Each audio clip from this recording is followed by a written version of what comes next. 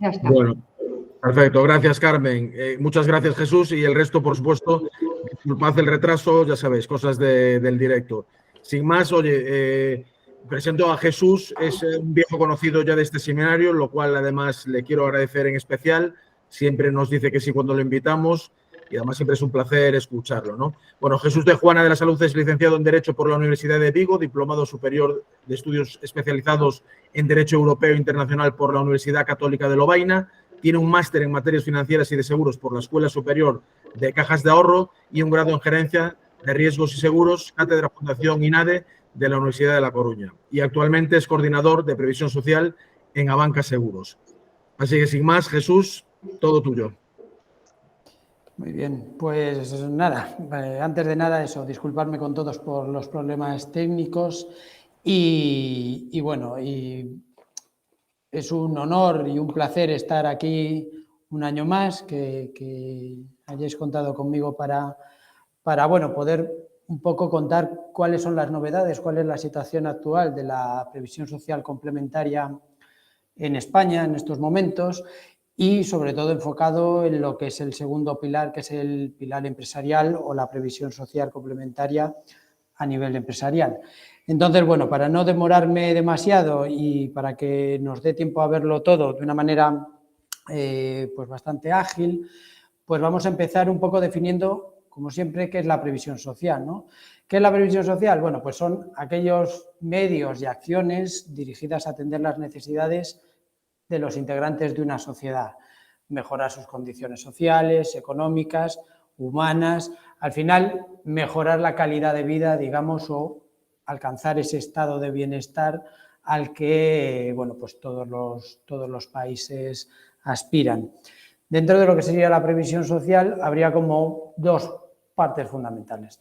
La primera parte, que sería la previsión social pública, la que establece el Estado, la que es obligatoria en defensa y bienestar de sus ciudadanos, y por otra parte estaría la previsión social voluntaria o individual, que es aquella que cada uno dentro de sus capacidades pues podemos labrarnos para tener o intentar tener una vida mejor y un futuro mejor. En este sentido, las principales características entre una y otra, bueno, pues aquí a nivel nacional, la previsión social pública, que la ejerce pues principalmente la Seguridad Social, es un sistema financiero de reparto. ¿Qué significa esto? Bueno, pues que las prestaciones se pagan a partir de las cotizaciones. Esto lo que genera al final es que cuando la ratio de activos, trabajadores activos contra pasivos es muy pequeña, puede generar desequilibrios económicos en el sistema. Es un sistema que es obligatorio, tanto a nivel de caja, intergeneracional, en cuanto a regímenes laborales, etcétera, etcétera. Es obligatorio y, por último, es muy generoso. ¿Por qué es muy generoso? Porque prácticamente, si nos situamos en España, de lo que vamos a cobrar, realmente aportamos prácticamente un 15, un 20%. Muy generoso y también por eso necesitamos que haya una masa de trabajadores en activos, de cotizantes suficiente para poder pagar todas las prestaciones de la gente que ha dejado de trabajar por el motivo que sea y que, bueno, pues al final se necesita que esa ratio de activos contra pasivos sea, para que sea el sistema estable, sea grande. ¿Cómo es la previsión social voluntaria? Bueno, pues a diferencia del sistema obligatorio, que es de reparto, sería un sistema de capitalización, ¿vale? Capitalización individual. Yo obtengo rendimientos de aquello que yo aporto. Es voluntario y libre, nadie me obliga. Es recomendable siempre complementar el sistema público, pero digamos que no hay una obligación como sería en la previsión social pública. Y por último, depende, en gran medida no, depende totalmente de nuestra capacidad de generar ahorro. Si no somos capaces, porque tenemos un salario pequeño, porque tenemos un nivel de gastos, vamos a decir, recurrentes muy alto, al final no somos capaces de generar ahorro y, por lo tanto, no podemos hacer esa pequeña hucha para el futuro. ¿Cuál es la mejor solución para la protección individual? Pues la combinación y el complemento entre la previsión social pública y la privada. ¿Pero qué pasa con la previsión social pública, con el sistema público?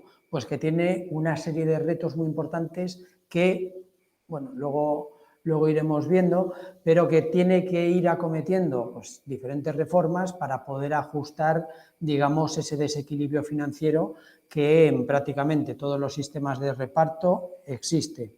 Principalmente, lo que comentábamos antes, la ratio de activos contra pasivos, que cada vez es menor, ¿no? El envejecimiento de la población, al final lo que genera es que si no hay un flujo de inmigración continuado, pues cada vez haya menos activos para pagar esas pensiones.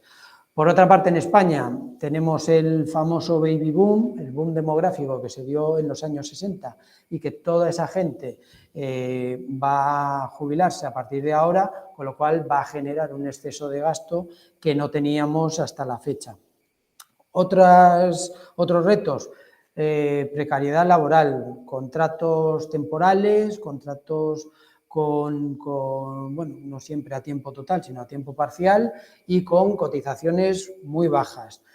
Pensiones cada vez más altas, una cosa que busca el legislador en función de la capacidad que tenga el sistema para poder pagar las prestaciones es ajustarlas a unos índices, digamos, donde no se vaya perdiendo poder adquisitivo en función de la evolución, digamos, de la vida y dependiendo del gobierno, el color y el momento, pues a veces esas pensiones son más altas porque se revalorizan con mayor fuerza y a veces se establecen unos coeficientes máximos de crecimiento o mínimos sobre los cuales, pues bueno, realmente el trabajo real de los financieros actuarios es realmente casar esos flujos de forma que el sistema sea lo más eficiente posible.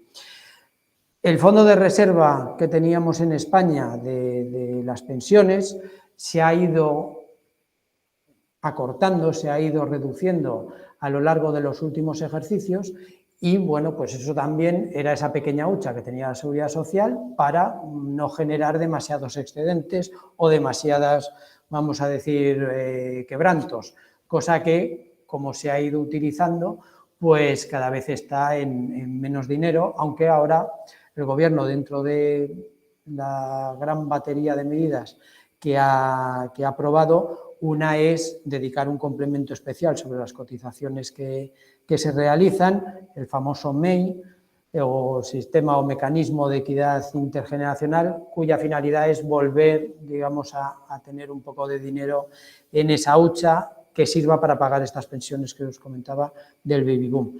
La tasa de desempleo, que en España, aunque ahora estamos en máximos, no en tasa de desempleo, sino en número de cotizantes o número de trabajadores, sí que afecta de una manera muy importante a que se generen esas cotizaciones, porque mientras se percibe la prestación por desempleo se cotiza, pero se cotiza en mínimos. Y luego el gran problema que tienen los gobiernos en España, y es que cada gobierno, con independencia del color o la índole política, tienen normalmente tres medidas estrellas: una reforma de educación, una reforma fiscal y una reforma de las pensiones, con lo cual esto al final lo que genera son muchas inseguridades jurídicas, en el sentido de que hoy sabemos cómo se va a jubilar la gente para un periodo determinado, pero de aquí a 10 años puede haber cambios que alteren totalmente el sistema o, digamos, la base sobre la cual pues, tenemos que gestionar ese ahorro para el futuro. En este sentido, vistas las dos previsiones o previsión social que existen a nivel general, la pública y la privada, tenemos los tres pilares de las prestaciones. El primero se corresponde con la previsión social universal, vamos a decir, o del Estado, y luego el segundo y el tercer pilar se corresponden con la previsión social complementaria de las empresas, que sería el segundo pilar, y de las personas, que sería el tercer pilar. Ya entrando en materia, ¿de dónde viene todo esto de la previsión social complementaria y más en el ámbito empresarial? Pues prácticamente todo nace de los famosos compromisos por pensiones. ¿Qué son estos compromisos por pensiones? Bueno, pues obligaciones contraídas entre la empresa y el personal, que se podían regular pues, en un convenio colectivo o un convenio propio de la empresa, cuya finalidad, pues al final, era realizar aportaciones, otorgar prestaciones vinculadas a, pues, a la jubilación, a la incapacidad, a la muerte o a la supervivencia en un momento dado.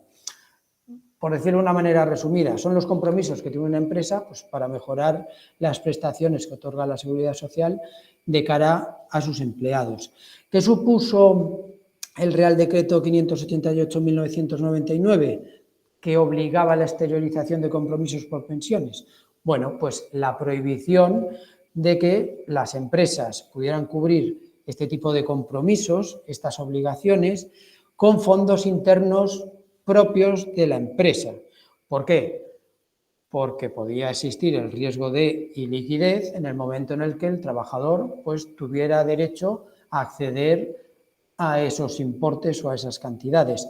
En este sentido, lo que hizo el legislador fue, bueno, para que no haya problemas, si hay quebrantos en la empresa, si hay concursos de acreedores, si se liquidan, etcétera, ese compromiso debe ser exteriorizado en un tercero, normalmente aseguradora o entidad gestora de fondos de pensiones, que se encargue de recibir los fondos y administrar lo que serían los pagos de las prestaciones.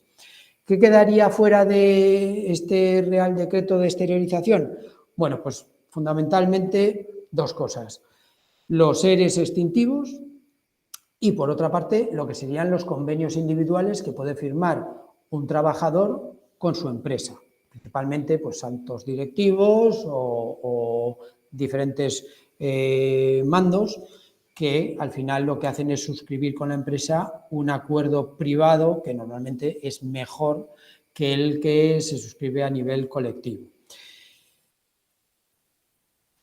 ¿Cuál fue la aplicación de esta exteriorización? Bueno, pues desde 1999 se dio un plazo de 7 años para su puesta en funcionamiento y se permitió de forma transitoria que, bueno, en función del instrumento que se utilizara para asentar este compromiso, pues si había algún tipo de paso intermedio, digamos, en cuanto a necesidades de financiación, que hubiera un tiempo adicional para poder ponerlo en funcionamiento. Pero bueno, quedaros con el año 2006, que es el que marcó un poco el hiperdesarrollo, digamos, de la previsión social complementaria a nivel empresarial en España.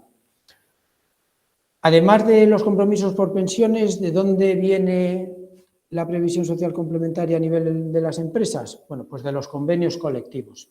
Los convenios, como sabéis, pues son acuerdos que se establecen entre los representantes de las empresas y de los trabajadores, donde, bueno, pues tratan de todo lo que tiene que ver con las condiciones de trabajo, la productividad y, entre ellas, se suelen incluir cierto tipo de beneficios sociales, entre los cuales pues, se incluirían pues, los planes de pensiones de empleo, los seguros de vida colectivos, los seguros de salud, etcétera, etcétera. Cuando este convenio colectivo se quiere mejorar para una persona en particular, igual que sucedía con el tema de los compromisos por pensiones, pues lo que se hace es llegar a acuerdos o a convenios individuales en los cuales pues, se regulan ciertos beneficios por, ya no tiene por qué ser la propia situación de estar dentro del sector al que se adscribe el convenio colectivo, sino que, bueno, pues puede ser conseguir una antigüedad determinada en la empresa o alcanzar unos objetivos, el pago de bonus, fidelizar, etcétera, etcétera. Aquí, digamos, así como los convenios colectivos están muy regulados, los convenios privados pues no tanto, lo que permite que sean mucho más flexibles y sobre todo para la parte alta, digamos, de los mandos y de los cuadros directivos de las empresas, pues se hace mucho más interesante. ¿Cómo podemos sustentar los compromisos por pensiones? Pues en una infinidad de productos. los planes de pensiones, los seguros de vida, los seguros de accidentes, salud, dependencia, premios de jubilación. Es decir, instrumentos hay un montón, ¿vale?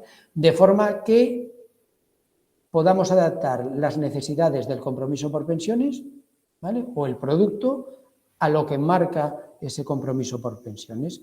Y para sustentar los acuerdos individuales, ya aquí los planes de pensiones de empleo ya no entrarían porque es un tema colectivo y hay una cosa que es el principio de no discriminación que veremos más adelante, que hay que dar iguales condiciones a todos para el acceso, pero sí se pueden instrumentar en seguros adaptados a las necesidades de la empresa y del trabajador en particular, o mejoras como seguros de accidentes o incluso modalidades más altas o más caras, vamos a decir, de lo que sería el seguro de salud. Entrando en la parte, digamos, del compromiso por pensiones por excelencia, que es el plan de pensiones de empleo, tenemos novedades.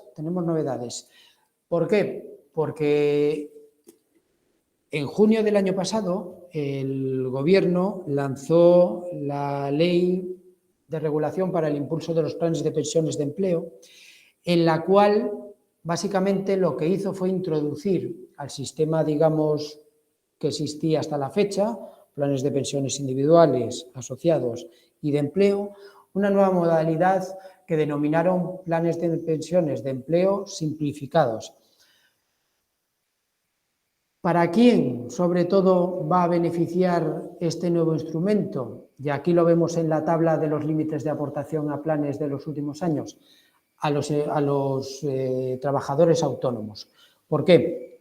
Bueno, pues básicamente porque hasta el año 2020 había un límite de aportación de 8.000 euros al conjunto de planes de pensiones y lo que sucedía en los planes de empleo era que, bueno, la empresa podía aportar 1.000 o 500 o nada y tú podías aportar igualmente esos 8.000 euros.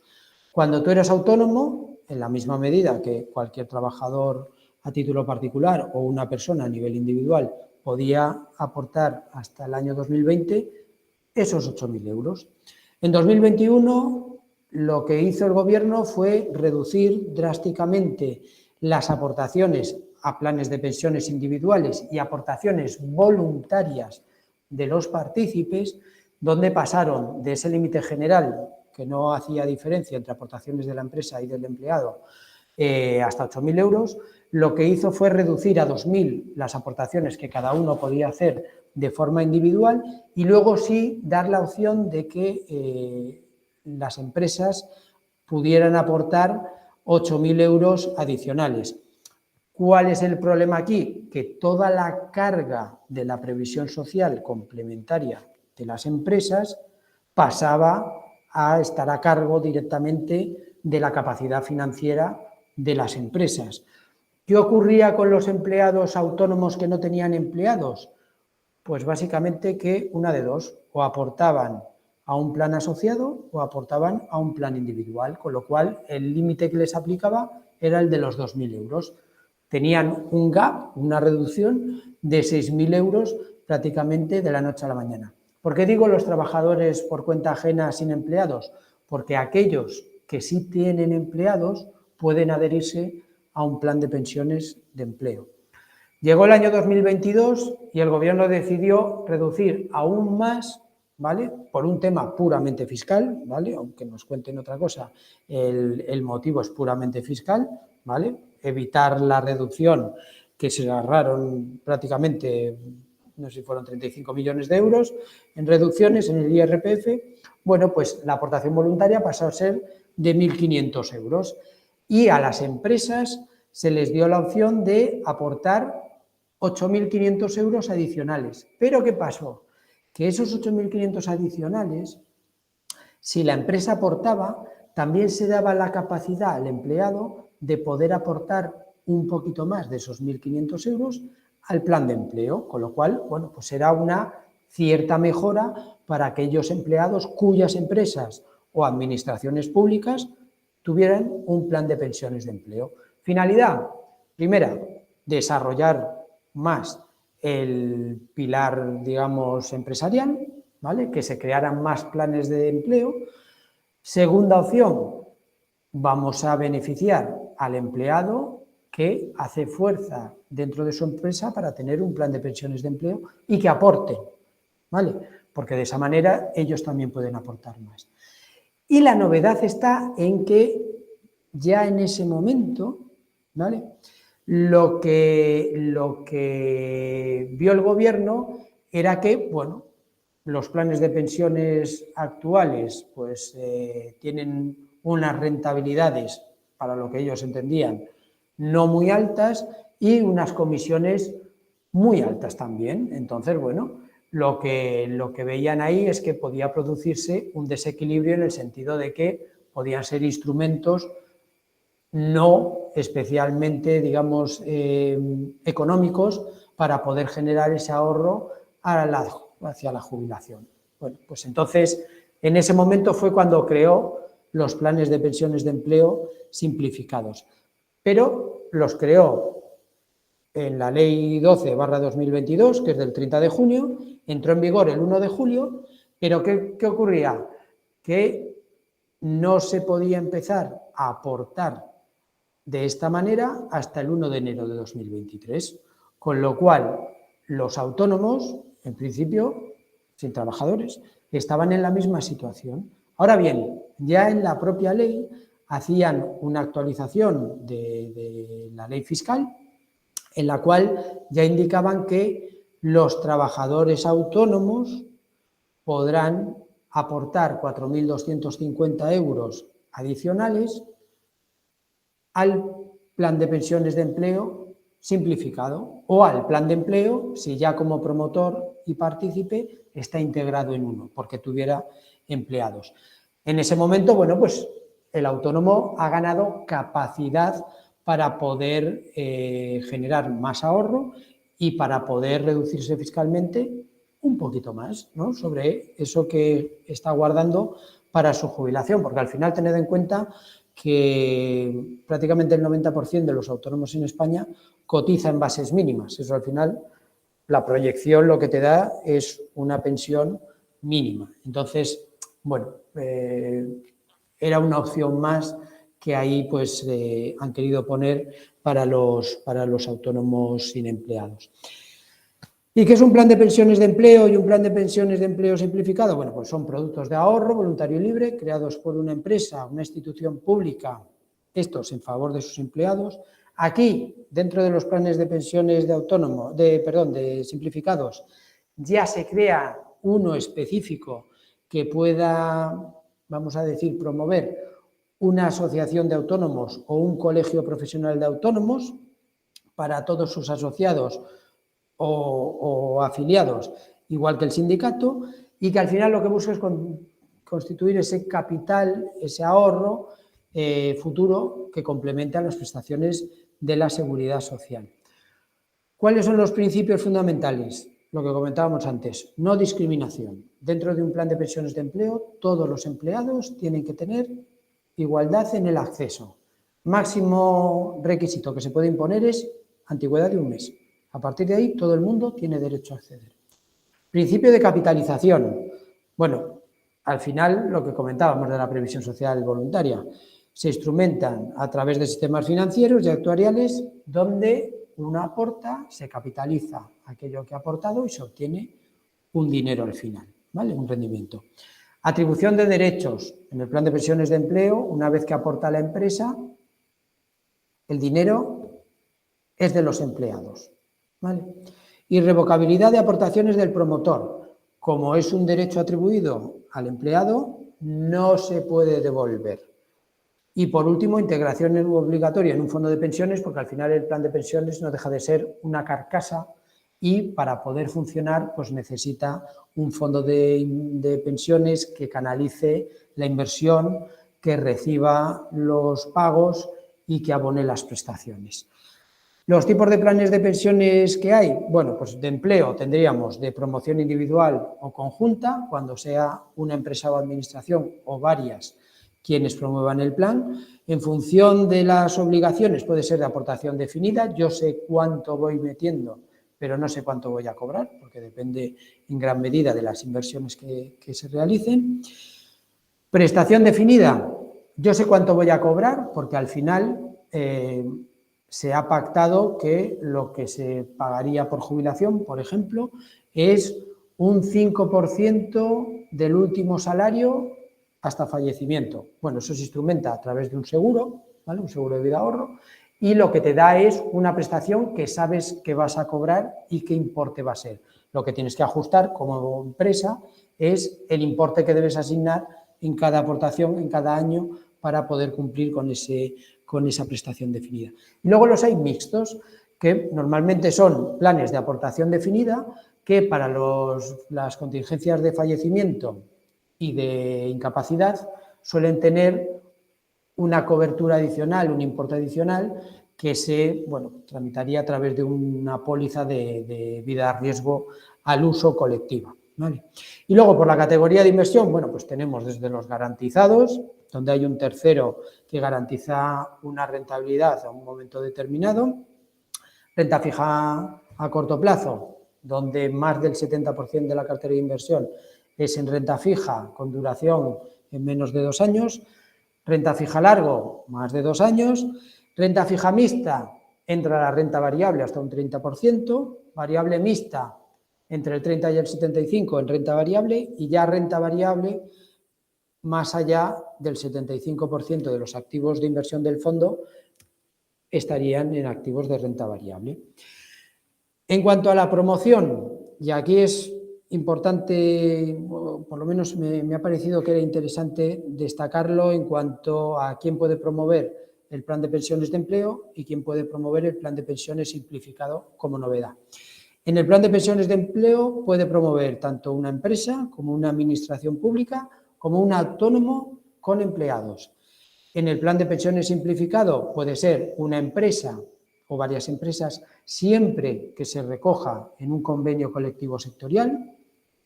Puede ser una administración pública, también en base a los convenios internos que se hubieran cerrado. Colegios y asociaciones de autónomos para sus asociados o colegiados. Ojo, aquí podría entrar cualquier autónomo, porque la propia norma dice que en el momento de la adhesión no es obligatorio que el autónomo esté asociado o sea socio, miembro de la asociación o del colegio.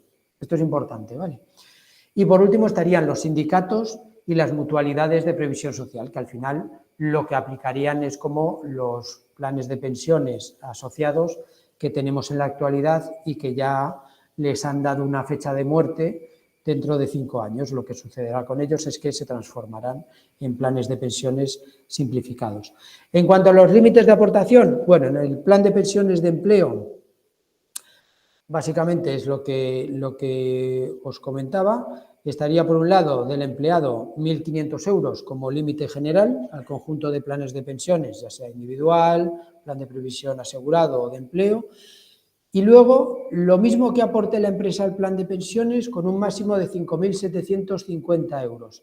Realmente, en la diapositiva siguiente os voy a contar cómo es esto de igual que la empresa, porque realmente lo que hay son unos coeficientes. En función de lo que aporte la empresa, el empleado puede aportar más. Y de la empresa, si cogemos su límite general, pues sería de 8.500 euros por partícipe. Para los planes de pensiones simplificados, pues para los planes promovidos por empresas y administraciones sería exactamente igual que el plan de pensiones de empleo. Para las asociaciones y colegios de autónomos, los autónomos tendrían el límite general y de forma totalmente voluntaria los 4.250 euros adicionales, ¿vale? Y por último, los sindicatos y mutualidades, en la medida en que hemos dicho que se basan en el sistema asociado, que es el mismo que el sistema individual, prácticamente, pues se quedarían en los 1.500 euros. Traspasos. Los planes de pensiones de empleo a nivel de entrada no tienen ningún tipo de restricción. Admiten traspasos de planes individuales, otros planes de empleo y de planes de previsión social empresarial o planes de previsión asegurados, que sería el mismo producto pero en vertiente individual o colectiva. Para las salidas tenemos un problema, porque aquí sí que existen restricciones. ¿Qué se exige? Que exista un cese efectivo en la relación laboral y que el motivo de ese cese efectivo no sea por causa de una situación de contingencia. ¿Vale? ¿Qué ocurre con los planes simplificados? ¿Sabemos si se pueden movilizar o no? No lo sabemos. ¿Por qué? Porque básicamente el Real Decreto 304/2004, por el cual se aprobó el reglamento, digamos, general de planes y fondos de pensiones, está pendiente de que sea actualizado a lo largo de este año o del que viene. Yo supongo que el Gobierno, si quiere meter los cambios sobre los planes simplificados, si se queda o si no se queda, tratará de hacerlo a lo largo de este año. Pero bueno, en cualquier caso, será después del verano. Lo que sí se puede hacer, tanto un plan de pensiones simplificado como un plan de pensiones de empleo, es movilizarse en masa. Es decir, que lo que haya sea un cambio de todos los partícipes, de todo el plan, hacia o bien otro fondo de pensiones o bien otra entidad gestora. ¿Vale? Eso se puede hacer sin restricción. En relación a las aportaciones, lo que os comentaba, ¿vale? Contamos siempre o partimos siempre del límite general, que es 1.500 euros. ¿Qué es lo que dice la norma? Que este límite de 1.500 euros se incrementará en 8.500 euros anuales siempre que este incremento provenga de contribuciones empresariales o de aportaciones del trabajador al mismo plan de pensiones de empleo por importe igual o superior al resultado de aplicar estos coeficientes. ¿Qué sucede? Que cuando salió la ley, los coeficientes eran diferentes. Entonces, si estábamos muy cerca del límite superior o del límite inferior de esos tramos, digamos, había tal diferencia que lo que se generaba era pues, una cierta, vamos a decir, desventaja, ¿no? Para la gente, sobre todo, que estaba en el límite inferior del tramo siguiente. Por lo tanto, ¿qué hizo el Gobierno? Bueno, pues en la Ley de Presupuestos Generales del Estado actualizó el cuadro de coeficientes y lo dejó de esta manera. Cuando la empresa aporte, ojo, que si no aporta el empleado solo puede aportar 1.500 euros, si la empresa aporta hasta 500 euros, el empleado podrá aportar lo que aporte la empresa multiplicado por 2,5. Por ejemplo, si la empresa le aporta 100, pues el empleado podría aportar 250, siempre adicionales a los 1.500 euros. Cuando la aportación de la empresa esté entre 500 y 1.500, el empleado podrá aportar 1.250, y aquí ya lo complejizaron, no sé yo muy bien por qué, porque no tenía mucho sentido, pero bueno, más el resultado de multiplicar 0 por 0,25, la diferencia entre la contribución empresarial y 500 euros. Y ya, si la empresa aporta más de 1.500 euros, todo lo que podrá aportar el empleado de forma adicional será el mismo importe, el mismo dinero. Eso sí, lo que dice también la ley es que para aquellos empleados cuyo salario sea superior a 60.000 euros anuales, da igual lo que aporte la empresa, el empleado solo podrá equiparar por encima de los 1.500 euros el importe que le aporte la empresa.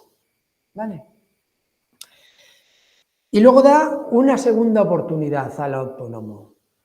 Los 1.500 euros adicionales, generales, podrán incrementarse en 4.250 euros anuales cuando tal incremento provenga de aportaciones a los planes de pensiones de empleo simplificados de trabajadores por cuenta propia o autónomos o aportaciones propias del empresario individual que el empresario individual realice a los planes de pensiones de empleo donde sea promotor y partícipe al mismo tiempo. Con lo cual, bueno, ahí lo que ha conseguido es dar una esperanza, digamos, de ahorro y de beneficio fiscal a los autónomos que no tenían empleados, porque les ha dado un instrumento y quiere potenciar ese instrumento ofreciendo más capacidad de ahorro. Protección de los partícipes y beneficiarios. Bueno, tanto los planes de pensiones de empleo, vamos a decir, normales, como los planes simplificados, tienen una comisión de control que está formada por representantes de los trabajadores y de la empresa o bien de la asociación o del colegio, que lo que hace es supervisar el correcto funcionamiento del plan de pensiones, ¿vale? Entonces, los planes de pensiones de empleo, los partícipes de los planes de pensiones de empleo, tienen la tranquilidad de que la entidad gestora y la depositaria no prácticamente toman todas las decisiones, sino que hay una comisión de control que los representa y que supervisa y vela porque todo se haga de una forma correcta. Las prestaciones, ¿qué son? Bueno, pues son los derechos económicos de los beneficiarios como resultado del acaecimiento de una de las contingencias, es decir, una de las causas por las cuales se puede cobrar el plan de pensiones o el plan simplificado. ¿Cómo se puede cobrar? Bueno, pues en capital, en renta, de forma mixta o como a uno le apetezca, pago sin una periodicidad. ¿Hay obligación de cobrar el plan de pensiones? No. No. ¿Qué pasa? Que a nivel fiscal, lo veremos después, hay una reducción de todo lo aportado hasta 2007, donde puedes tener una exención o dejar de tributar por el 40%, siempre y cuando lo cobres en forma de capital y lo hagas dentro del ejercicio en el que efectivamente accedes a la contingencia o en los dos ejercicios sucesivos. ¿Cuáles son las contingencias? Motivos de cobro.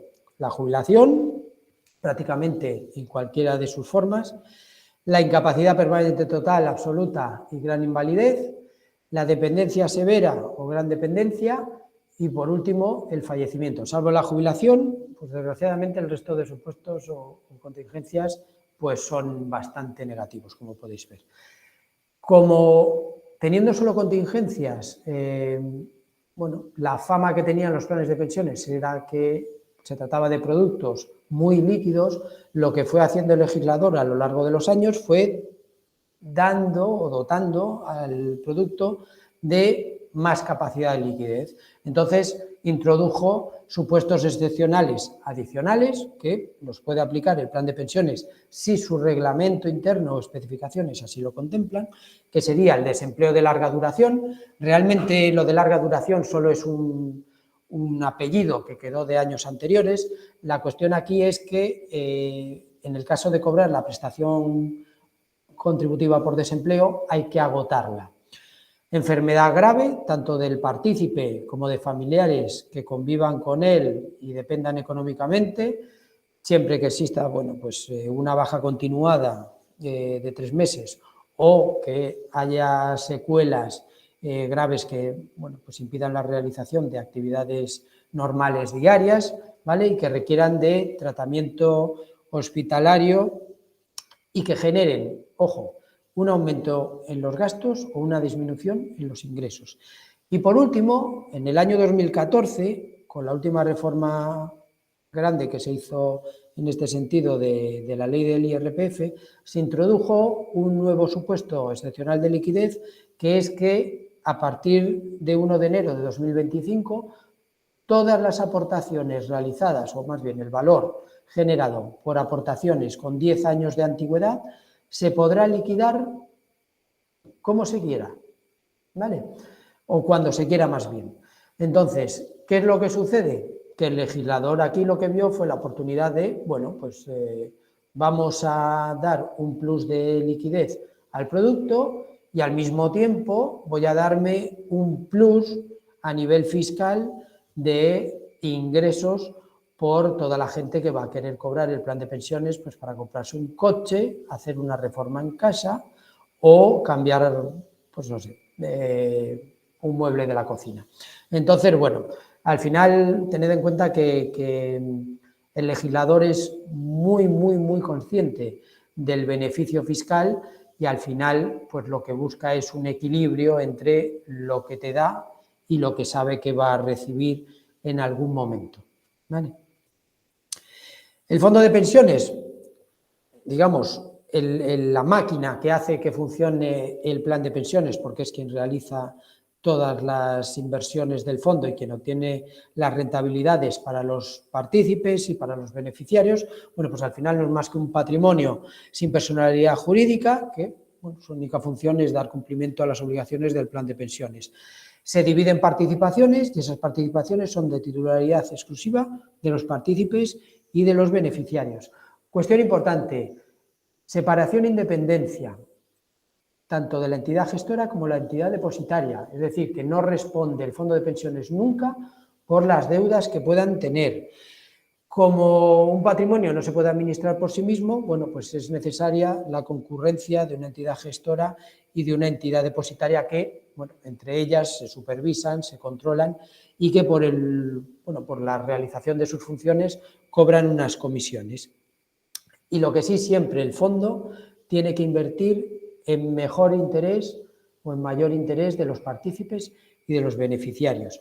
Como un plan o un fondo, en este caso de pensiones, no es lo mismo que un fondo de inversión, existen una serie de principios de inversión que todas las entidades gestoras deben cumplir a rajatabla, que son el de seguridad, ¿vale?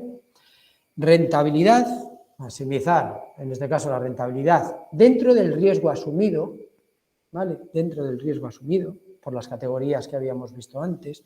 Diversificación, ¿no? El reglamento marca prácticamente al detalle cuáles son los porcentajes de inversión que, pues a nivel de emisor, a nivel de nominal, etcétera, etcétera, puede invertir un fondo de pensiones.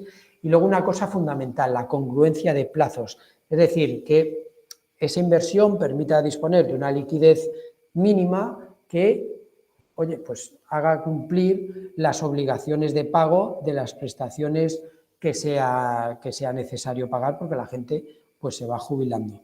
Entonces, bueno, al final lo que busca es que el fondo no tenga que obligarse con terceros, ¿vale? Básicamente financiarse para poder pagar esas prestaciones. Antes la normativa sí que indicaba un porcentaje mínimo de liquidez que tenía que haber en todos los fondos de pensiones, pero al final se abandonó y ahora lo que se hace es que se deja, digamos, a los gestores de los fondos el que marquen ese criterio de liquidez. En cuanto a las funciones de la gestoría depositaria, bueno, pues básicamente una invierte los activos y gestiona todo lo que tiene que ver con el plan y con el fondo de pensiones, y la otra, la depositaria, pues lo que hace es realizar o ejecutar las órdenes que le marca la entidad gestora. En relación a las comisiones, bueno, pues para la entidad gestora en los planes de pensiones serían en función de la categoría de inversión en la cual invierta el fondo de pensiones. Tenemos para renta fija una comisión máxima del 0,85, en renta fija mixta, es decir, hasta el 30% en renta variable, un 1,30 y el resto un 1,50. En cuanto a la depositaria, el máximo establecido es de un 0,20. Esto normalmente suele ser sobre patrimonio medio al año. Con los planes simplificados, con esa potencia que quería marcar el gobierno en cuanto al lanzamiento de estos nuevos productos, ya lo primero que se ocupó es de que el tema de la comisión no fuera un problema a la hora de obtener rentabilidades positivas. Entonces, en ese sentido, para las entidades gestoras marcó un máximo del 0,30 y para las entidades depositarias un 0,10. Esto sería el esquema general del funcionamiento del plan y del fondo de pensiones. No me voy a parar porque como vais a tener la presentación, pues lo podéis consultar. Y por nombrar, aunque todavía no está en funcionamiento, aunque se le dio en su momento mucho bombo y platillo, dentro de esa ley 12/2022 de regulación del impulso o para el impulso de los planes de pensiones de empleo, el gobierno diseñó un sistema de fondos de pensiones de promoción pública que compitiera con los actuales fondos de pensiones privados. Básicamente, ¿cuáles son las diferencias? Pues serían casi de toda esa lista, yo diría prácticamente 3. La primera, que no es público porque lo crea el Estado, es público porque acepta la promoción el Estado. Realmente quien promueve y quien hace o quien va a crear el fondo y lo va a gestionar son las mismas entidades gestoras y depositarias que lo estamos haciendo hasta el día de hoy. Eso sí, va a haber una comisión de promoción especial que se va a encargar de ver que cumpla todos los requisitos. Segundo, importante, la comisión de control de un fondo de pensiones, vamos a decir de empleo, del sistema actual, lo que está es representada por los planes de pensiones que están integrados dentro de ese fondo de pensiones y hay una representación paritaria de todos esos planes. Allí todos los planes están representados con voz y voto y toman las decisiones, pues básicamente en relación a las inversiones. ¿Qué ocurre con el plan de pensiones o el fondo de pensiones de promoción público? Que lo que va a haber es una comisión de control especial que va a estar formada por representantes, por técnicos del Ministerio de la Seguridad Social, entre otros, por la patronal y por los sindicatos a nivel nacional. ¿Qué quiere decir eso? Que el Fondo de Pensiones de Promoción Pública no va a estar directamente representado, o en casos muy puntuales, por aquellos que integran los planes de pensiones que se adhieren a él. ¿Vale? Y luego la última cuestión que es destacable es que se va a crear una plataforma única digital donde todos los fondos de pensiones de promoción pública van a estar inscritos y van a ser consultables, así como la información de los planes de pensiones de empleo o planes de pensiones simplificados, porque ambos pueden estar en fondos públicos, van a tener como una plataforma común de acceso a información, evolución, etcétera, etcétera. A día de hoy se ha dado algún avance en cuanto a la Comisión de Control Especial y a la Comisión Promotora, se ha sentado alguna base en esa plataforma digital única, pero vamos, que no se cree que hasta finales de año este tipo de fondos empiecen a funcionar. En todo caso, como el plan de pensiones simplificado puede funcionar con un plan de pensión, con un fondo de pensiones privado, vamos a llamarlo así, pues no hay ningún problema porque ese vehículo puede empezar a existir, ¿vale? Con independencia de lo que suceda con los fondos de promoción pública. ¿Cuál es el resultado a cierre de 2022 según los datos de Inverco de esta, vamos a decir, nueva normativa, de este impulso que ha querido dar el Gobierno a la previsión social empresarial? Pues la verdad es que ha sido bastante nulo o malo, ¿vale? Se ha dejado de aportar en relación al ejercicio 2021, básicamente ¿por qué? Porque las aportaciones eran un poquito mayores.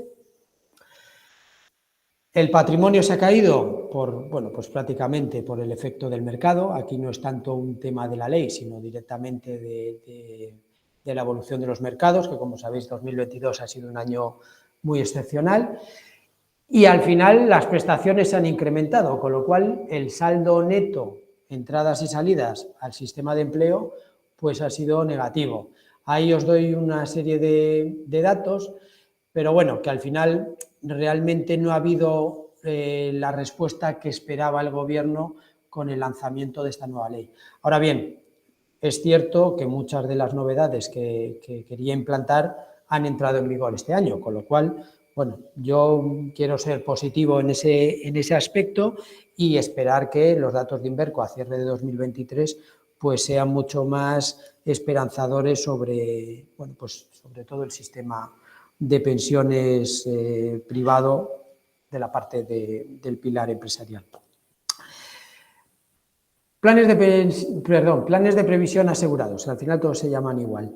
¿Cuál es la diferencia de un plan de previsión social empresarial o plan de previsión asegurado, que sería la versión individual, en relación a un plan de pensiones de empleo?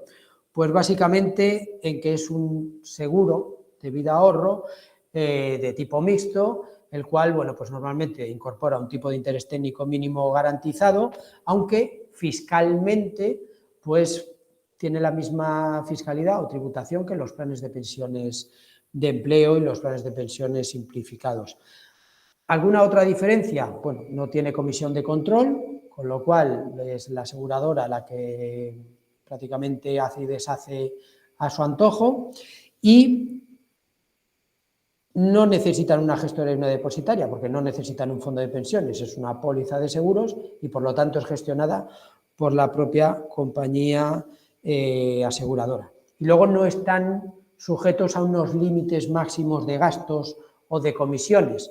Entonces, bueno, aquí lo que se suele aplicar es un diferencial normalmente pequeño y además de ese tipo garantizado, ahora ya no tanto, pero en los años, digamos, más atrás, hasta 2016 prácticamente, lo que sí había era participación en beneficios que, bueno, pues al final no dejaba de ser una rentabilidad adicional.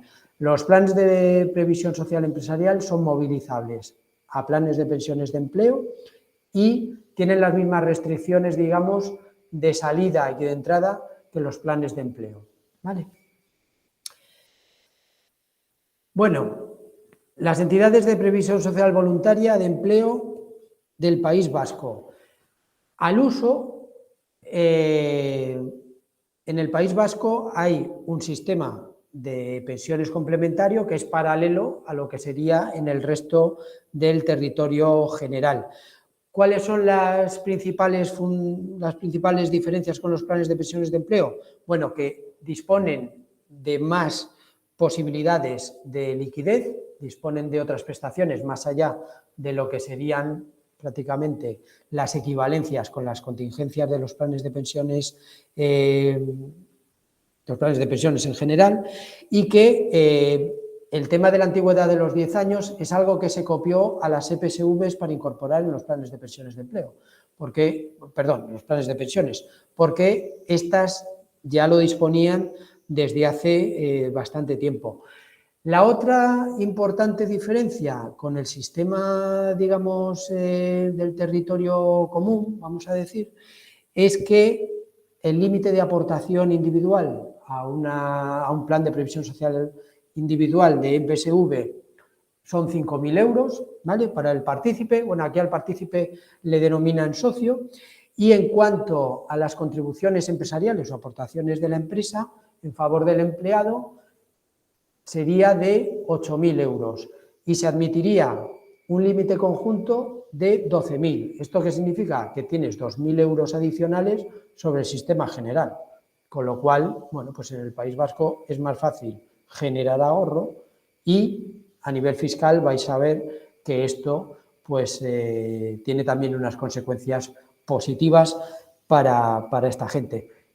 Fundamental, solo pueden ser socios de una EPSV, de un plan de previsión social individual, aquellos que sean residentes fiscales en el País Vasco, ¿vale?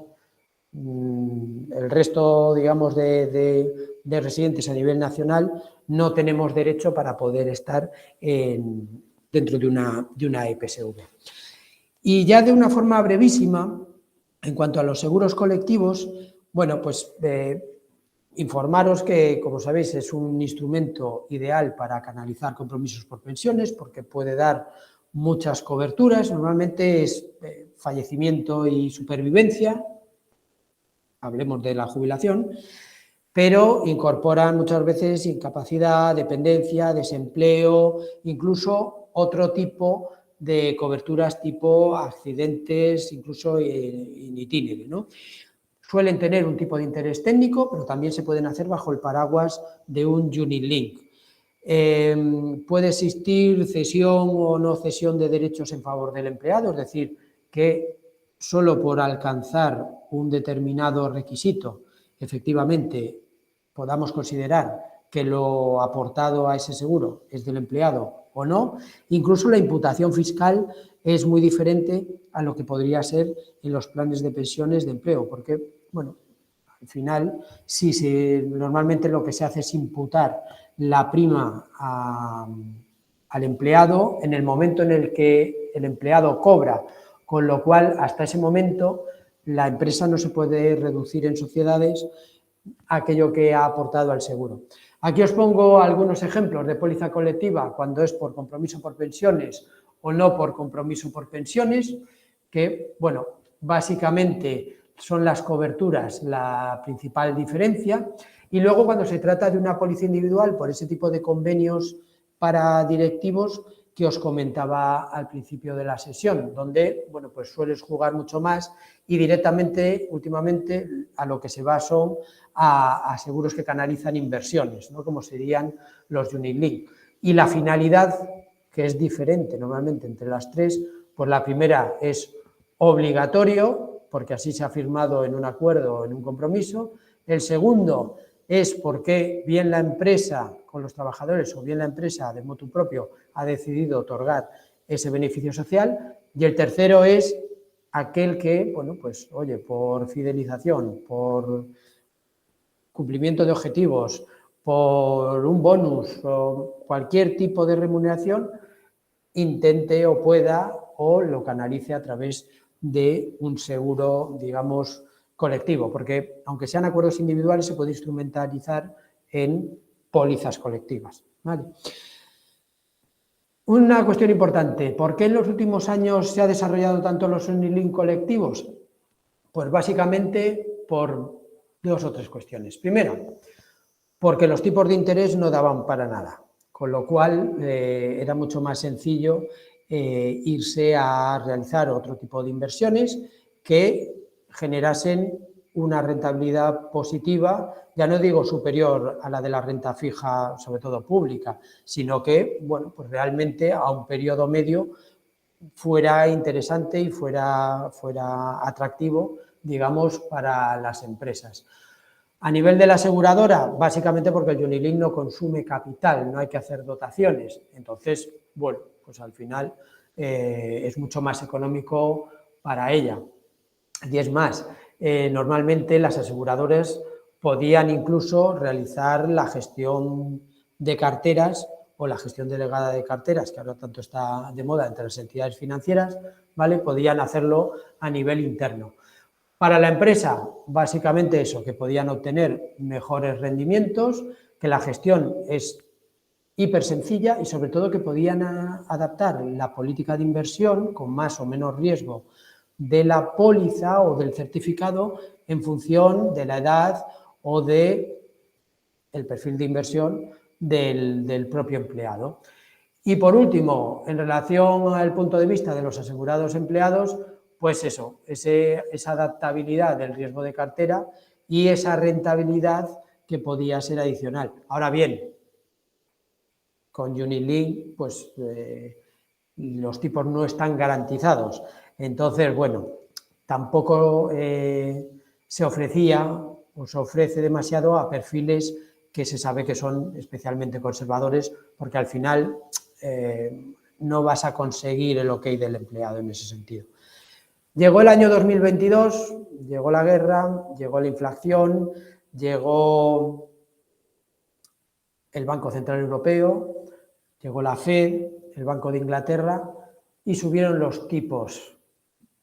Subieron los tipos después de 7 años, 6 años y otra vez la renta fija es atractiva, pero no solo la renta fija, sobre todo la pública, es atractiva a medio y largo plazo, no, es atractiva al corto plazo. Tenemos letras del Tesoro al 3%. ¿Qué significó esto? Que las compañías aseguradoras se han vuelto a animar a, oye, vamos a dar productos garantizados. ¿Por qué? Porque al final de la rentabilidad que le garantizamos al cliente, en relación a la rentabilidad que obtenemos de la inversión, podemos tener un diferencial, con lo cual ese coste de capital que tengo que asumir porque es un seguro garantizado, lo cubro con ese exceso de rentabilidad que me quedo, ¿vale? Entonces, ha vuelto a ser interesante volver a lanzar, pues eso, productos garantizados. Y ya no solo seguros colectivos, planes de pensiones individuales, planes de previsión social individual. Otra vez los planes de previsión asegurados vuelven a ser interesantes después de años. Bueno, que sepáis que todo eso viene de aquí. Pero ojo, también esto a nivel de las carteras que tuviéramos funcionando antes de 2022, estas subidas de tipos de interés lo que han conllevado es a la caída en general de los mercados de renta fija, porque, como hay que valorarlo todos los días, y donde antes o a ti te pagan un 1, si vas al mercado hoy te pagan a un 3, pues tú si quieres vender tienes que vender con descuento de un 60%. Entonces, bueno, para la cartera, digamos, que existía previamente, ha sido un año muy duro, donde ha habido que hacer mucha rotación, pero para lanzar nuevos productos ha sido un año estupendo. Y este año va a pasar 3/4 de lo mismo. Una vez que el Banco Central Europeo tenga la inflación medianamente controlada, entendemos que lo que empezará a suceder es que habrá un descenso paulatino de los tipos de interés. No creo que lleguemos otra vez al cero, pero sí que irá bajando. De hecho, estos días la Fed ya iba hablando de que en un futuro no muy lejano, si al final consiguen desbloquear el tema del aumento del techo de gasto, porque si no, no pueden emitir más deuda y bueno, van a tener problemas para pagar, que a lo largo de los próximos meses pues se vaya conteniendo ese tipo de interés, vaya reduciéndose, y donde va a estar la oportunidad, y otra vez para los unit link, es en la renta variable. ¿Vale? En cuanto a la cesión de derechos y a la imputación de primas, nada, os lo dejo para que lo leáis en la presentación. Son dos cositas muy pequeñitas. Y sí que me gustaría entrar muy rápidamente en la parte de fiscalidad, porque yo creo que es interesante, ya no a nivel colectivo, sino a nivel de cada uno de nosotros, en un momento como este, en el cual estamos en pleno periodo de presentación de la declaración de la renta, para ver de qué manera, oye, si genero un ahorro, puedo desgravarme fiscalmente, hasta cuándo, hasta dónde, qué producto puede ser mejor, qué producto puede ser peor. Bueno, aunque aquí vamos a ir a la parte del pilar empresarial, por lo tanto vamos a hablar de colectivos y de planes de pensiones de empleo y de PSVs de empleo, en muchos casos se materializan también a nivel individual, pues en un seguro de vida ahorro, en un plan de pensiones individual, etcétera. En este sentido, los seguros de colectivos de vida mixtos, en principio, ¿vale?, aunque hay algunos que tributan en la base imponible del ahorro, tributarán como rendimiento del trabajo en la base imponible general por el importe anual que generan, que perciben, ¿vale? Existe unos coeficientes reductores, ¿vale?, para aquellas aportaciones o prestaciones que se cobren generados, bueno, vamos a decir, no de forma irregular, que lo sería, pero que lo que hacen es reducir un poquito el impacto fiscal de esos cobros, ¿no? En caso de fallecimiento, tributan el impuesto de sucesiones y donaciones. Y la prestación, esto es importante, se considera pagador a efectos del IRPF. Recordad, el límite de los 22.000 con un pagador y el límite de los 15.000 si tenemos dos pagadores y el segundo es más de 1.500 euros. ¿Vale? En cuanto a las aportaciones empresariales, imputación de primas, salvo casos de obligatoriedad, cuando la prima de riesgo sea superior a 50 euros anuales o cuando la prima sea superior a 100.000 euros, donde se imputará siempre el exceso. ¿El efecto fiscal para el empleado? Ninguno, no se reducen, ¿vale? Para la empresa, la deducción exclusivamente en sociedades si se imputa al empleado, ¿vale?, esa aportación, que puede ser anualmente o, como os decía antes, en el momento del cobro del seguro. En cuanto a las prestaciones, tributan al 100% como rendimientos del trabajo en la base imponible general, ¿vale?, teniendo en cuenta las reducciones de la disposición transitoria 12ª de la ley. El efecto fiscal en la empresa cuando cobra el empleado es que si no se ha imputado primas, ahora sí se las puede imputar, ¿vale?, y reducir, perdón, en el impuesto sobre sociedades, y si lo ha venido haciendo anualmente, pues no tendría más impacto que lo que cobre en ese ejercicio si previamente ha aportado. En cuanto a sucesiones y donaciones, es decir, que el que cobra el seguro no es realmente el empleado, sino que sería un tercero, pues el capital está sometido a este impuesto. Recordad que en los seguros de vida existe, bueno, más allá de que está cedido a las comunidades autónomas, existe una exención general de los primeros 9.195,49 euros cuando el beneficiario de dicho seguro, dicha prestación, sea el cónyuge, ascendiente, descendiente, adoptante o adoptado del fallecido. En cuanto a los tipos y a los tramos, depende de cada comunidad autónoma. Aquí tenemos un mundo. ¿Cuál estaría exento en sucesiones y donaciones como seguro colectivo? El plan de previsión asegurado y el plan de pensiones. Bueno, en cuanto al seguro colectivo, el plan de previsión social empresarial. En cuanto a los planes de pensiones de empleo, planes de previsión social empresarial y planes simplificados, siempre y exclusivamente impuesto sobre la renta, nunca sociedades y nunca patrimonio, aunque haya que tenerlo en cuenta, ¿vale? Para patrimonio, pero no tributa. En este sentido, por las aportaciones, tenemos dos límites y tenemos que aplicarlos el menor de los dos. El primero, 1.500 euros, que sería la parte de aportaciones a planes individuales, y en el caso de que tengamos un plan de pensiones de empleo, la suma de lo que habíamos visto antes, de la capacidad de aportaciones que tiene el empleado, ¿vale? En función de lo que le aporte la empresa. O el 30% de la suma de rendimientos del trabajo y actividades económicas. Si solo aportamos 1.500 euros al plan de pensiones, normalmente, como el 30% de la suma de rendimientos del trabajo es una cantidad muy pequeña, lo normal es que nos podamos reducir esos 1.500 euros. Ahora bien, si aportamos y no nos podemos reducir todo en el mismo ejercicio, disponemos de 5 ejercicios fiscales para aplicar el exceso no reducido. ¿Vale?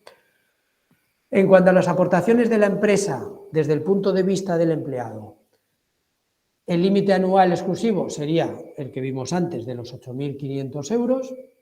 Para el empleado es un efecto fiscal neutro porque la aportación de la empresa es un rendimiento del trabajo en especie no sujeto a retención, con lo cual se suma en los rendimientos y se resta en la base imponible general. ¿Vale? Las aportaciones propias que realiza el empleado se reducen exclusivamente en la base imponible general. Son las que generan ahorro real. ¿El efecto fiscal para la empresa? Bueno, como es un coste salarial, se lo reduce todo. Y desde 1 de enero, adicionalmente, se pueden aplicar un 10% por las aportaciones que realicen en favor de empleados con un salario anual inferior a 27.000 euros. Si el empleado gana más de 27.000 euros, aplicarían una prorrata sobre ese 10%. ¿Vale? Punto a favor del gobierno para mover la aportación de la empresa a los planes de pensiones de empleo. Una reducción adicional del impuesto de sociedades. En cuanto a las prestaciones tributan siempre al 100% como rendimientos del trabajo y se suman como una pensión, como un ingreso más. ¿Vale? Importante, régimen transitorio de aportaciones realizadas hasta 31 de diciembre de 2006, que están en la disposición transitoria número 12 de la ley de IRPF. Si cobramos el valor de esas aportaciones realizadas hasta 2007 en forma de capital y en el mismo ejercicio los dos siguientes al que nos hayamos jubilado, tenemos un 40% exento. ¿Vale? Importante. Hay una resolución del TEAC que salió hace poco, que lo que dice es que si tenemos varios planes de pensiones y queremos aplicar la reducción del 40%, dentro de ese margen temporal del ejercicio que nos jubilamos y los dos siguientes, queremos aplicar el 40%, podemos hacerlo en ejercicios diferentes. Pero, ojo, a lo que viene a decir es que si tenemos dos planes de pensiones, uno lo podremos hacer al año siguiente al jubilarnos y el siguiente aplicarnos el 40% del otro plan de pensiones, ¿vale? Esto es muy importante porque ha cambiado un criterio que viene de años ya de la agencia tributaria y en este sentido,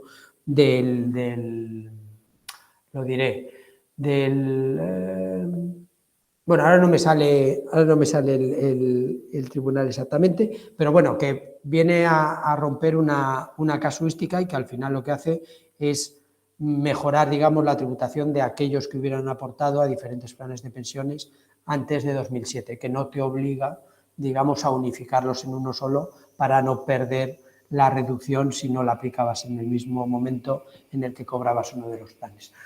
En relación a las EPSVs, y ya prácticamente para terminar, bueno, pues al final el máximo que nos podemos reducir en la EPSV son esos 5.000 euros que podemos aportar, los 8.000 euros de la empresa suman y restan igual que en el resto del territorio nacional, pero no tenemos esa limitación, digamos, del 30%, sino que la tendríamos en 12.000 euros, con lo cual, bueno, pues es mucho más interesante.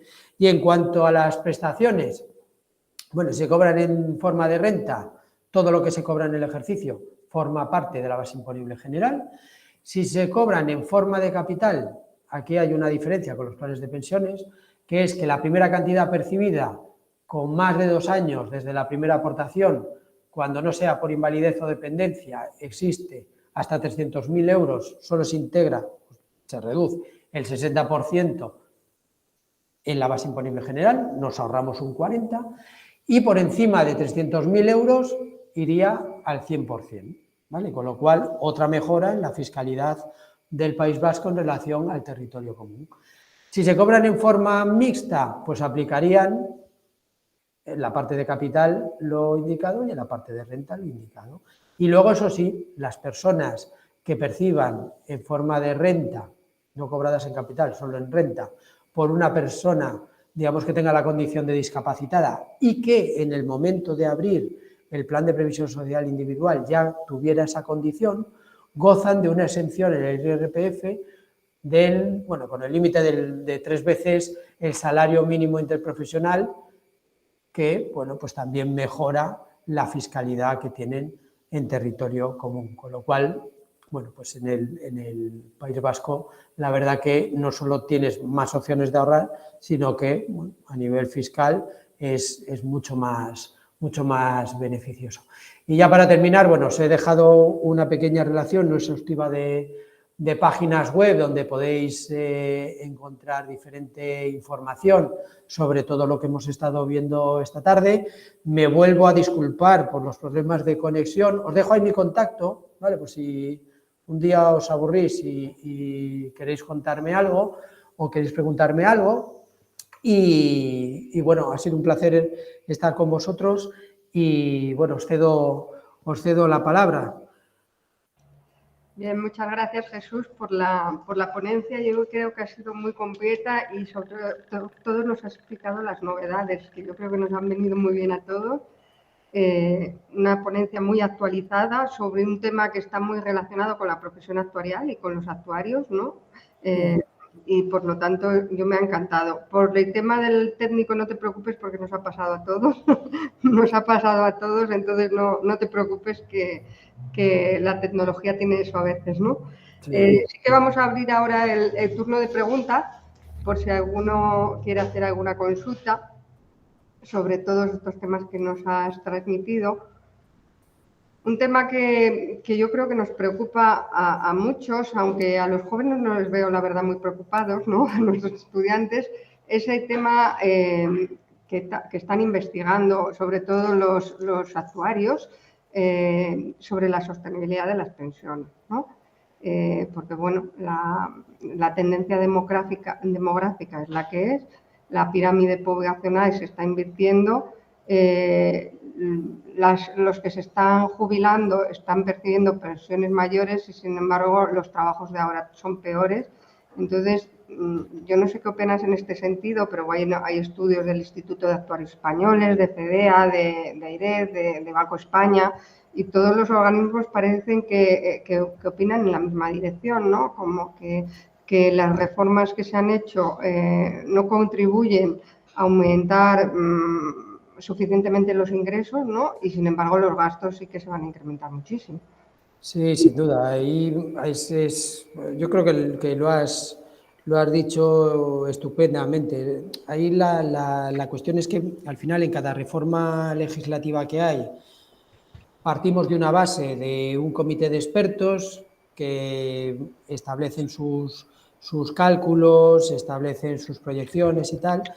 Y lo que suele suceder siempre en España es que los mismos de donde casi has partido tú, que en el caso del ministro fue el primer director de la AIREF, claro, hacen unos cálculos que con las mismas premisas pueden dar resultados diferentes y al final a lo que llegamos es a una situación de cierta, no sé, perplejidad, ¿no? A ver, ¿cómo es posible que los mismos datos den resultados diferentes?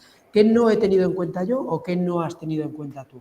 Y ahí el presidente del Colegio de Actuarios, una cosa que comentó también, aunque lo llevo diciendo ya más tiempo, pero últimamente lo que vino comentando es que sería muy recomendable que dentro del Ministerio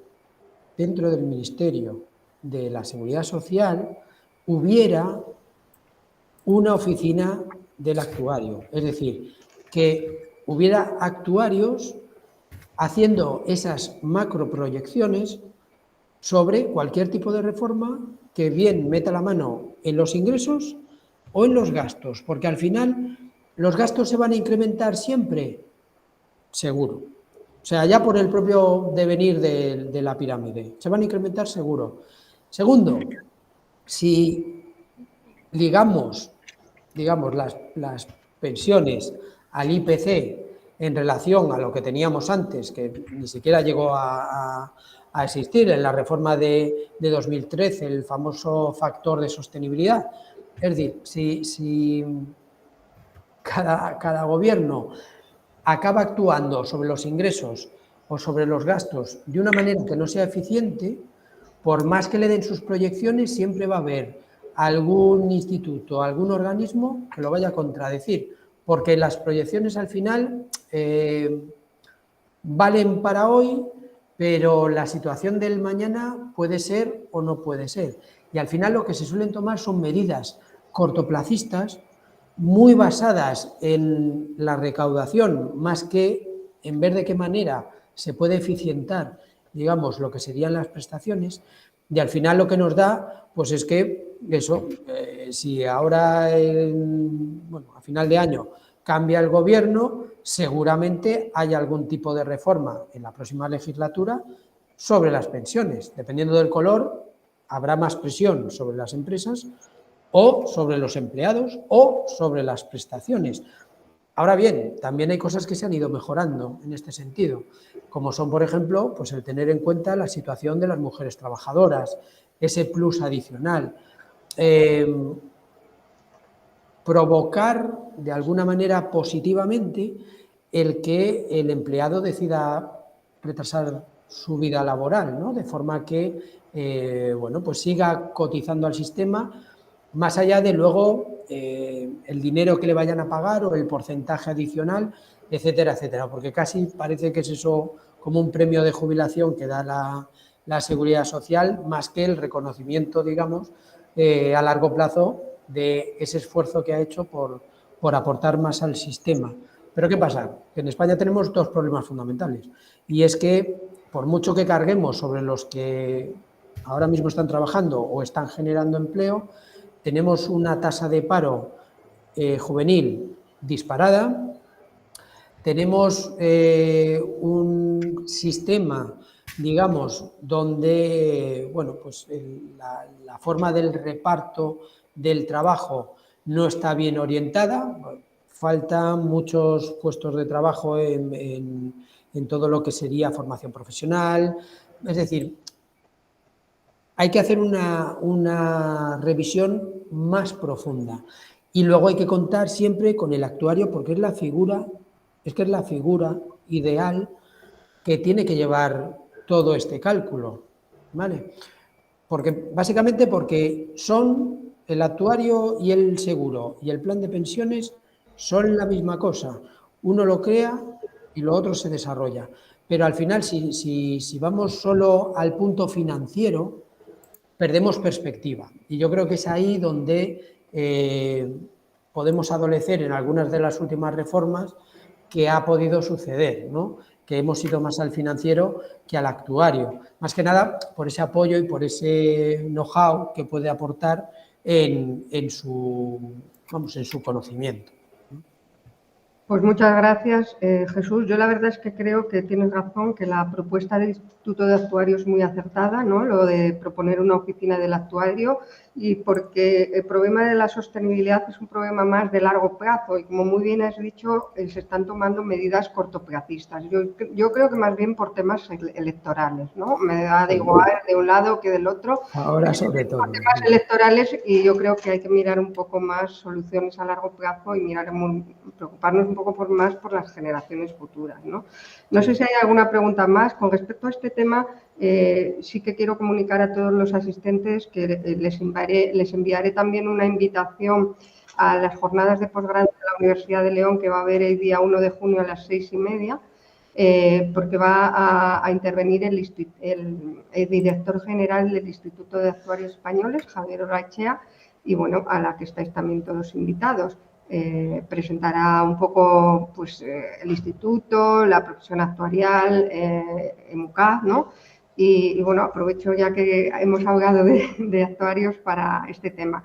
Está levantando también la mano Eduardo Melinsky, que es el director de la carrera de actuaría en la Universidad de Buenos Aires, que, como sabéis, ahí es una carrera muy larga, tiene como 5 años y medio. Y entonces, pues, Eduardo, cuando quieras puedes, él es un experto en estos temas, en pensiones. Bueno, buenas tardes para ustedes. Yo acabo de almorzar mientras los estaba escuchando. Muy interesante. La verdad que muchas de las cosas que se llevan a cabo en España a la larga terminan llegando para acá y bueno, a veces viceversa también, ¿no? Pero es muy interesante todo el esquema de la jubilación complementaria, que inclusive han establecido un marco general que incide en los colegios profesionales, ¿no? En la medida que un colegio profesional quiera crear su caja.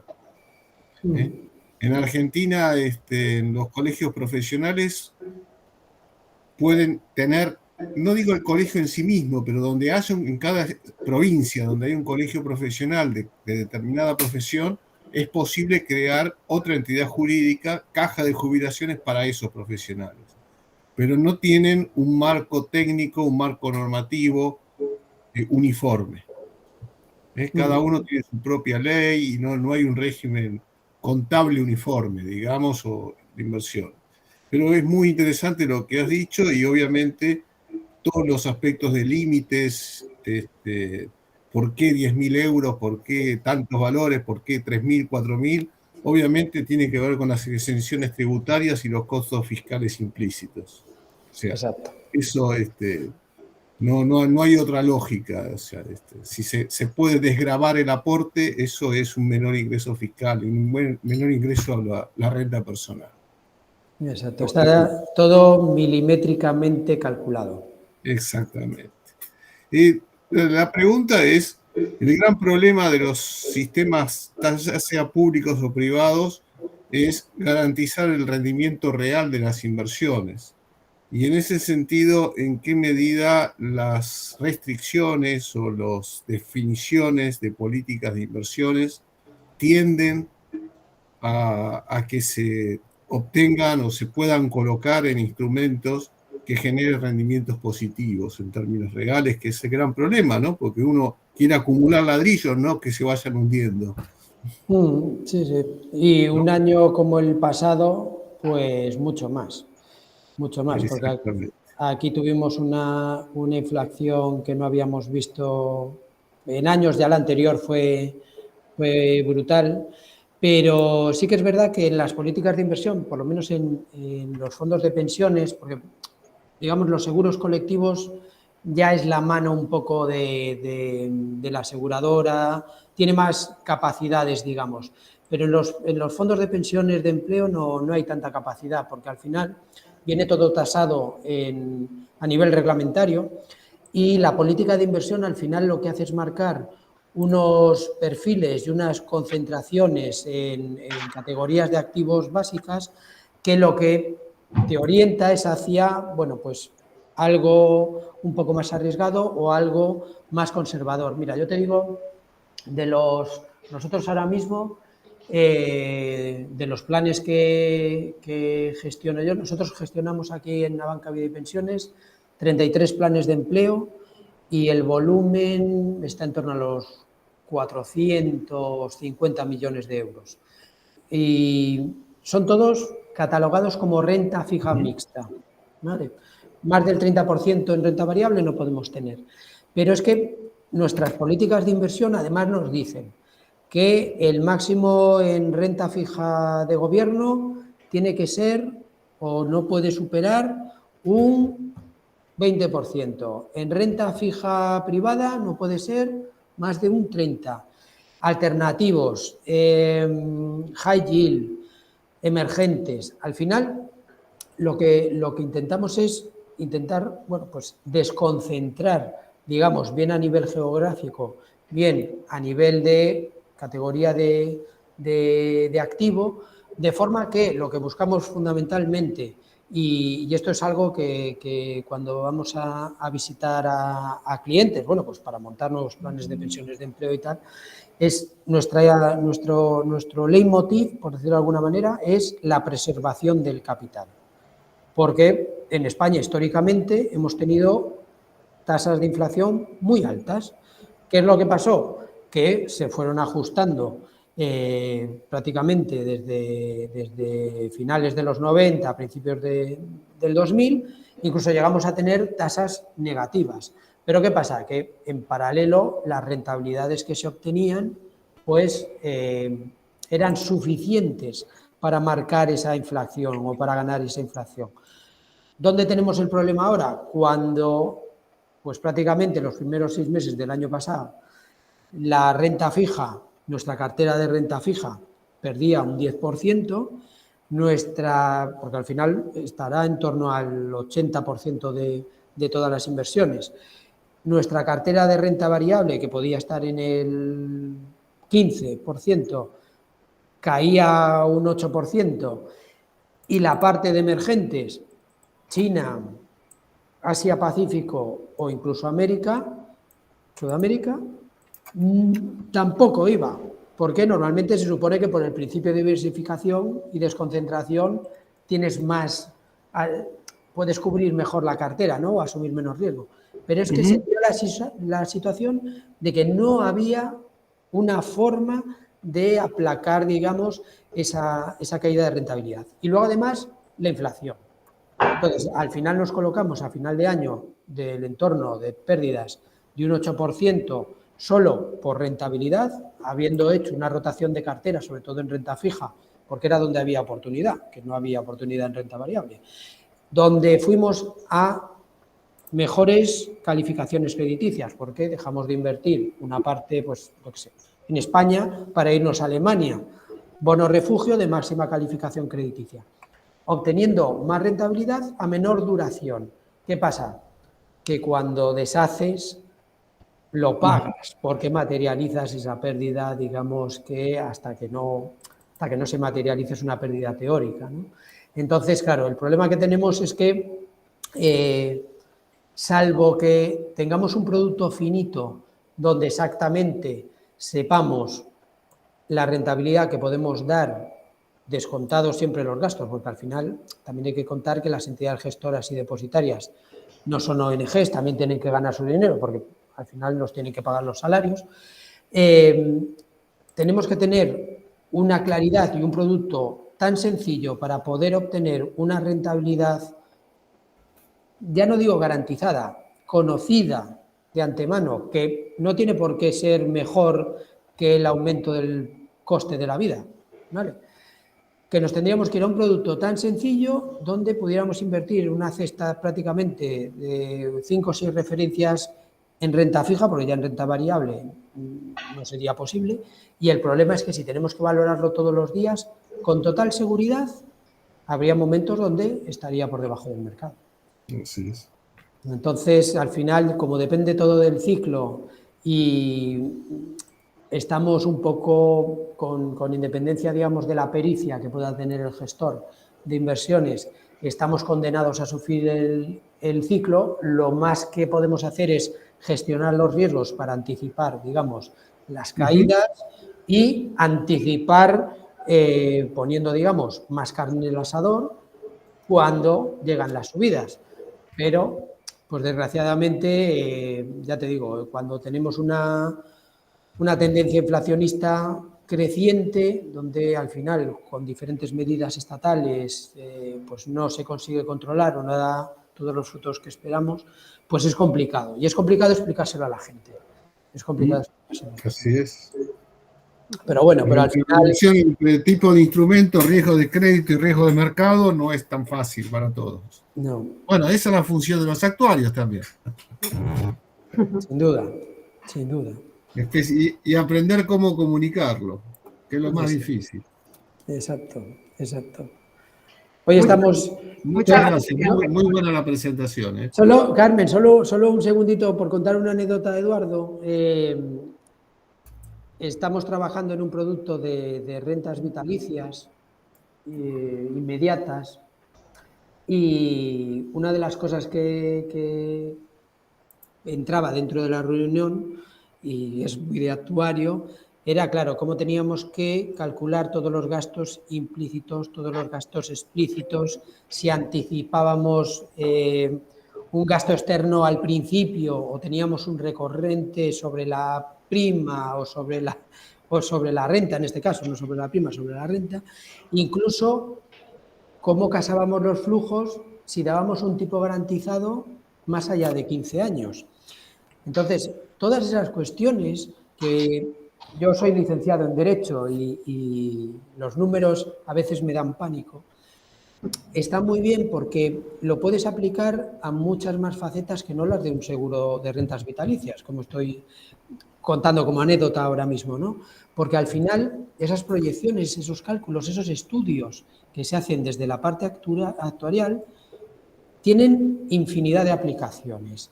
Entonces, ya aprovechando que tengo la oportunidad de estar aquí en el máster, yo es algo que quiero destacar. Yo soy un enamorado de los números, pero no por vocación, sino porque los he tenido que empezar a entender desde hace unos cuantos años y es una actividad realmente interesante y desde mi punto de vista muy bonita el ser actuario, porque te da una manera de entender las cosas que no te va a dar un matemático puro, que no te va a dar un financiero y mucho menos que te puede dar pues un abogado, vamos a decir, ¿vale? Entonces, bueno, en ese sentido, nada, quería comentároslo porque me parece muy interesante y porque yo creo que es una profesión estupenda y que tiene mucha salida. De hecho, aquí tenemos a una chica que hizo las prácticas, no, yo creo que ya está, que hizo el máster el año pasado, creo. El año pasado o hace 2, ahora no me acuerdo, María. Y la tenemos aquí y es estupendo, ¿no? Porque al final pues, nos aporta una visión que está muy bien y que en mi caso, por ejemplo, no puedo dar, ¿no? Entonces nos complementamos, nos correspondemos y ganamos todos, sobre todo ganan nuestros clientes con ese punto de vista. El secreto es el trabajo en equipo. Sin duda. Pues muchas gracias, Jesús.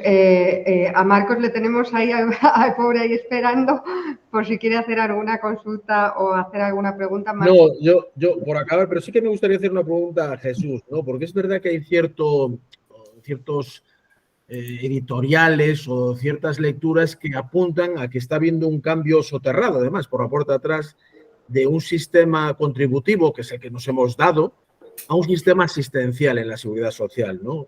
¿Cómo lo ves eso? ¿Compartes esa impresión o no lo ves así?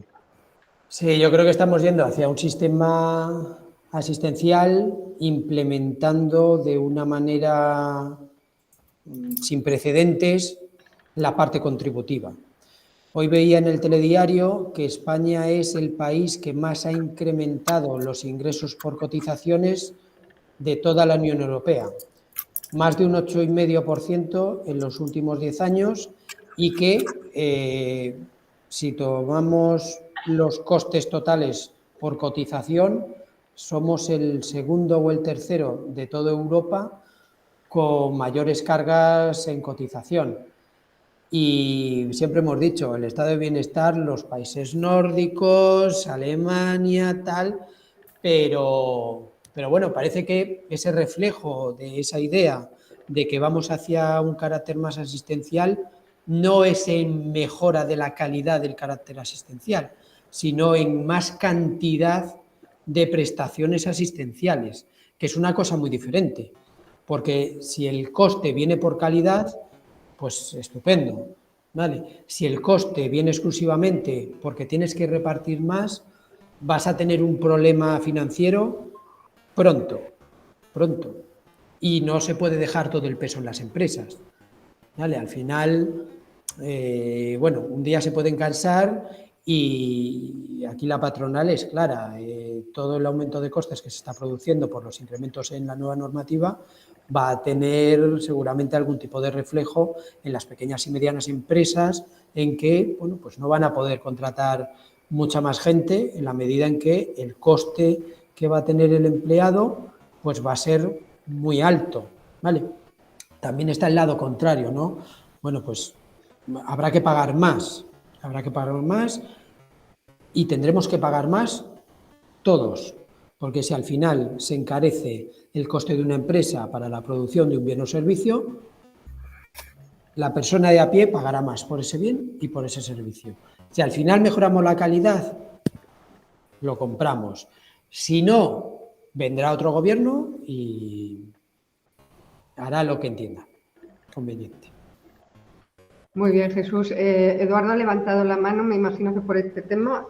Yo creo que a las 8 la grabación va a parar, ¿eh? Podríamos continuar, pero la grabación va a parar porque en Meet tiene esa limitación. Entonces, Eduardo, si procuras ser breve. Sí.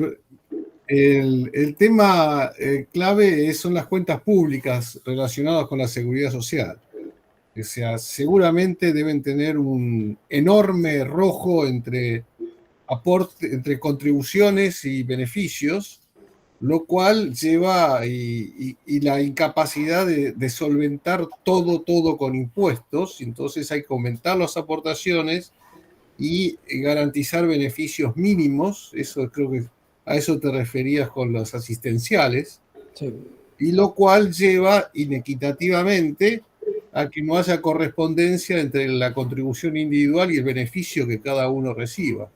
Algunos van a recibir más y muchísimos otros, que tienen principalmente los de salarios altos, van a recibir mucho menos. Y bueno, así es. Es un tema acuciante en Europa, eso. Les falta a ustedes encontrar petróleo ahí en algún lado equivalente a Noruega para resolver el tema. Sí, sea difícil aquí. Pero bueno, pero mientras sigamos tanto ustedes como nosotros viviendo de la caza y de la pesca, es difícil generar los recursos. Sí, aquí tenemos un déficit de caja del entorno de 9.000 millones mensuales. Así es, sí. Y entonces, bueno, de ahí que adquiere importancia para los sectores de ingresos medios y relativamente altos la posibilidad de tener un complemento previsional. Complementario. No digo tanto por fuera del sistema, porque en definitiva después las inversiones van a terminar vinculadas con el sistema, porque de algún lado se financia el gobierno de España. Así que de alguna manera, por algún canal o por algún núcleo, muchos de los recursos de los sistemas privados terminan en títulos públicos, que además financian un déficit fiscal. Pero bueno, por lo menos tenemos en la cuenta lo que es nuestro, ¿no? Está claro. Aquí lo que llamamos la pescadilla se muerde la cola. Así es. Entonces ahí hay un poquito de gestión en el tema. Eso es lo que hace interesante todo esto. Pues sí. Bueno, muchas gracias, la verdad, por vuestras aportaciones. Yo voy a decir una información muy rápida para dar paso a Marcos para que clausure el seminario y bueno, la información es principalmente dar las gracias a Banca como entidad colaboradora, ¿no?, del máster, ya que sin este tipo de colaboraciones, pues, bueno, el máster sería peor, ¿no? Creo que el valor añadido que aporta es importantísimo. La unión universidad-empresa es clave, ¿no?, para todo tipo de actividades y quiero darle las gracias. Luego, deciros a los asistentes que quiera un certificado de asistencia nos lo puede solicitar, ¿no?, por correo electrónico y se le enviará, que las grabaciones de las 4 sesiones estarán disponibles en el canal de YouTube de MUCAD y que las documentaciones de las 4 sesiones se enviarán a todos los asistentes. Y sin más, cedo la palabra a Marcos para que pueda clausurar el seminario. Pues muchas gracias, Carmen. Bueno, muchísimas gracias a todos por vuestra asistencia en estas 4 sesiones. Emplazaros al próximo año, que trataremos de hacerlo mejor si cabe. Muchas gracias a Jesús, desde luego, por su ponencia y su generosidad. Y recordar también a todos los asistentes que tenemos abierta la posibilidad de 6 becas que para el curso 23-24 Abanca ha sacado en coordinación con el MUCAF. Y que, bueno, oye, que todo el que quiera estudiar este máster el año que viene, este prestigioso máster, pues que no deje de mirar la posibilidad que tiene de optar a una de nuestras becas y hacerlo, pues así, digamos que mucho más llevadero la carga económica que tiene el curso de un prestigioso máster como es este de la Universidad de León, ¿no? Así que, bueno, animar a todos y nada, muchas gracias y hasta el año que viene. Muy bien, pues gracias a todos. Gracias. Gracias. Gracias a todos. Hasta luego.